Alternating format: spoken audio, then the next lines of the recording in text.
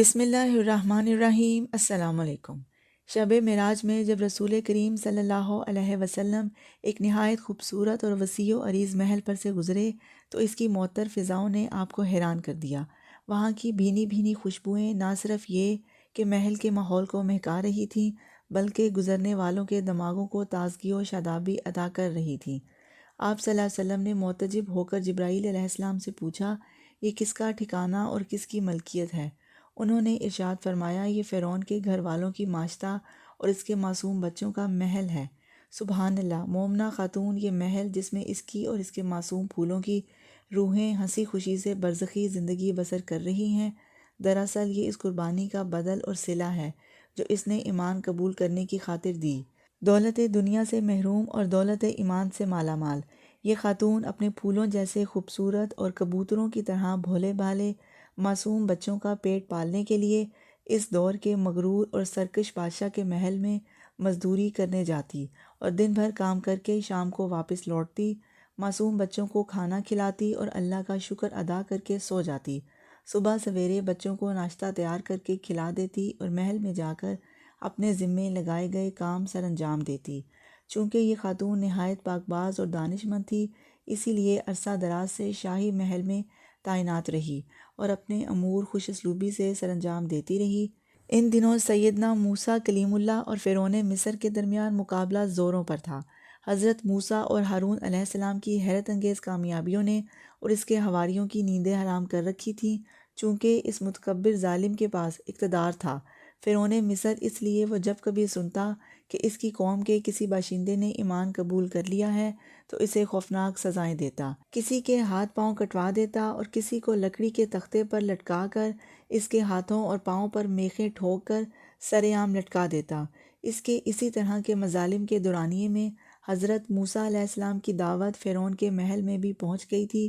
اس کا خازن ایک خادمہ اور بیوی آسیہ بھی ایمان قبول کر چکی تھیں۔ وہ جب کبھی سنتی کہ سیدنا موسیٰ غالب رہے ہیں اور فرعون زچ ہو گیا ہے تو وہ دل ہی دل میں خوش ہوتیں اور اپنے ایمان کا اظہار نہ کرتیں، مبادا کہ فرعون کو بھنک پڑ جائے اور وہ انہیں عذاب کی چکی میں پیس ڈالے۔ فرعون کی قوم میں سے ایمان قبول کرنے والی مومنہ خاتون شاہی محل کی خواتین کو کنگھی کیا کرتی تھی۔ ایک روز وہ فرعون کی نوجوان اور نازک مزاج بیٹی کو کنگھی کر رہی تھی کہ اچانک اس کے ہاتھ سے کنگھی گر گئی۔ اسے اٹھاتے وقت بے ساختہ اس کی زبان سے بسم اللہ نکل گیا۔ جب فرعون کی نازک مزاج اور شوخ و طرار بیٹی نے یہ کلمہ سنا تو چونک پڑی اور پوچھا، یہ اللہ کون ہے جو میرا، تیرا اور تیرے باپ کا رب ہے؟ مومنہ نے جواب دیا۔ وہ کہنے لگی، کیا میرا باپ سارے لوگوں کا رب نہیں ہے؟ جی نہیں، بلکہ لوگوں کا رب تو وہ ہے جو مجھے، تجھے اور تیرے باپ کو روزی دیتا ہے۔ اچھا، اس کا مطلب یہ ہے کہ تو میرے باپ کے علاوہ کسی اور کو رب سمجھتی ہے؟ جی ہاں، میرا، تیرا اور تیرے باپ کا رب اللہ ہی ہے۔ یہ سن کر فرعون کی لڑکی سیخ پا ہو گئی اور اس نے اپنے باپ کو اطلاع کر دی۔ فرعون جو کہ اس ایمان کا مقابلہ محل سے باہر کر رہا تھا، جب اسے اطلاع ملی کہ موسیٰ کی دعوت تو میرے محل میں داخل ہونے لگی ہے اور میرا کھانے والا بھی اس کی دعوت پر ایمان قبول کر رہے ہیں، تو وہ آگ بگولا ہو گیا۔ اس نے اس بات کا سخت نوٹس لیا اور اپنی خادمہ کو برسر دربار بلا کر جواب طلبی کی۔ مجھے اطلاع ملی ہے کہ تو میرے سوا بھی کسی کو رب مانتی ہے، کیا یہ بات درست ہے؟ جی ہاں، یہ بات درست ہے کہ میرا اور تیرا رب اللہ تعالیٰ ہی ہے جو بلند اور بزرگ و برتر ہے۔ وہ ظالم یہ سن کر بگڑ گیا اور آگ بگولا ہو کر سپاہیوں کو حکم دینے لگا کہ تانبے والی دیگ کو گرم کرو اور جب وہ آگ جیسی ہو جائے تو مجھے اطلاع کرنا۔ اس کے بعد فرعون نے اس بی بی کو بلایا اور دھمکی دی کہ اگر تو نے میری خدائی تسلیم نہ کی اور اس بات پر قائم رہی جو موسیٰ کہتا ہے تو میں تیرے سامنے تیرے بچوں کو اس دیگ میں پھینکواؤں گا اور آخر میں تجھے بھی نظر آتش کر دوں گا۔ معصوم اولاد ماں باپ کی بڑی کمزوری ہوتی ہے۔ جس کے پاس اولاد نہ ہو وہ کائنات میں مارا مارا پھرتا ہے اور اپنی آرزو پوری کرنے کے لیے ضعیف الاعتقادی کی بنا پر وہ کچھ بھی کر بیٹھتا ہے جو ایمان اور اسلام کے منافی ہوتا ہے، اور جس کے پاس اولاد ہوتی ہے وہ اس کے اندر اپنی جان سمجھتا ہے۔ دیکھا گیا ہے کہ جب کبھی کوئی بچہ ماں سے ناراض ہو کر گھر سے نکل جاتا ہے تو اس کی ماں ماری ماری پھرتی ہے، کبھی مسجدوں میں اعلان کرواتی ہے اور کبھی ریڈیو ٹیلی ویژن پر اخبارات میں اشتہار چھپتے ہیں کہ گمشدہ بچے کی والدہ تڑپ رہی ہے اور بستر مرگ پر پڑی ہے۔ خدارا اس کی مامتا پر رحم کیجیے اور بچے کا پتہ بتلائیے۔ بچوں سے محبت کا معاملہ انسانوں تک ہی محدود نہیں بلکہ یہ جذبہ حیوانوں اور پرندوں درندوں میں بھی پایا جاتا ہے۔ ایک مرتبہ اخبارات میں آیا کہ کسی ملک کے چڑیا گھر والوں نے جنگل سے چیتے کا بچہ حاصل کرنے کے لیے بذریعہ طیارہ جنگل میں پہنچ گئے۔ وہاں چیتے کے بچے کو اکیلا پا کر فوراً طیارے میں لے آئے اور اس کا منی گیٹ بند کر کے طیارے سٹارٹ کرنے لگے۔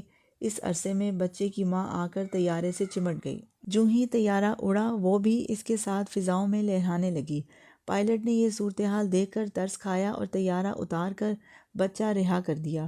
وہ دونوں ماں بیٹا ہنسی خوشی اچھلتے کودتے جنگل میں داخل ہو گئے۔ فرعون نے جب اس مومنہ خاتون کو بچوں کے جلا ڈالنے کی دھمکی دی، اس نے کمال استقامت کا مظاہرہ کیا، نہایت اطمینان و سکون سے جواب دیا اور کہا کہ میں تو اس حقیقت پر ایمان رکھتی ہوں کہ میرا اور تیرا رب اللہ ہی ہے۔ اگر تو اس کی پاداش میں مجھے اور میرے بچوں کو مار ڈالے گا تو میں صبر کروں گی۔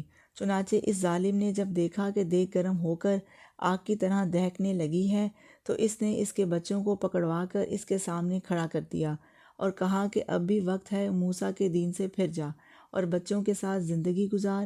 لیکن یہ خاتون نہ تو بچوں کے بغیر رہ سکتی تھی اور نہ ایمان کے بغیر، چنانچہ اس نے ایمان کی خاطر اپنے اور اپنے بچوں کی جان قربان کرنے کا مصمم ارادہ کر لیا اور کہا کوئی بات نہیں، تو جلانا چاہتا ہے تو جلا دے، اس ذات پاک پر تو ہماری جان بھی قربان ہے۔ البتہ اس نے اتنی درخواست کی کہ میری اور میرے بچوں کی ہڈیوں کو ایک ہی جگہ دفنایا جائے۔ فرعون نے کہا ٹھیک ہے، تو نے عرصہ دراز تک ہماری خدمت کی ہے، اس کے صلے میں ہم تیری یہ درخواست منظور کرتے ہیں۔ اس کے بعد فرعون نے اس کے ایک معصوم بچے کو دہکتی ہوئی دیگ میں پھینکوا دیا۔ آن کی آن میں اس کی معصوم ہڈیاں نظر آنے لگیں۔ فرعون انتظار کرنے لگا کہ اب یہ خاتون میرے پاؤں پکڑ کر منت سماجت کرے گی، لیکن اس اللہ کی بندی نے اس جان کا صدمے کو نہایت استقلال سے برداشت کیا اور صبر و تحمل کا مجسمہ بنی رہی۔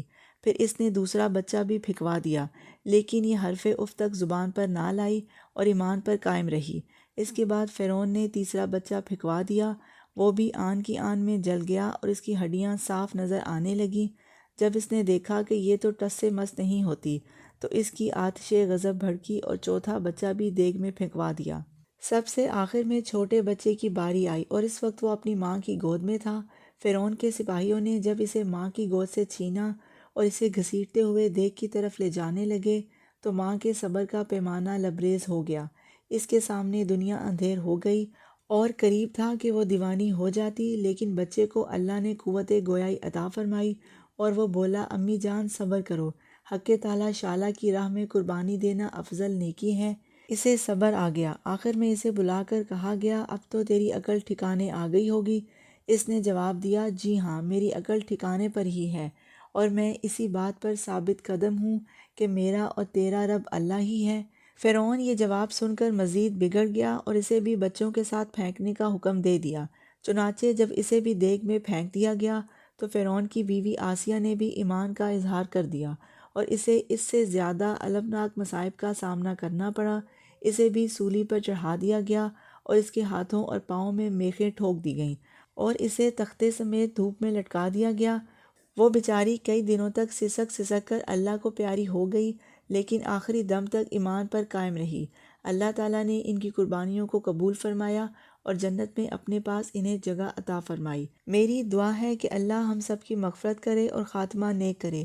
اللہ آپ کو آسانیاں عطا فرمائے اور آسانیاں تقسیم کرنے کا شرف عطا فرمائے۔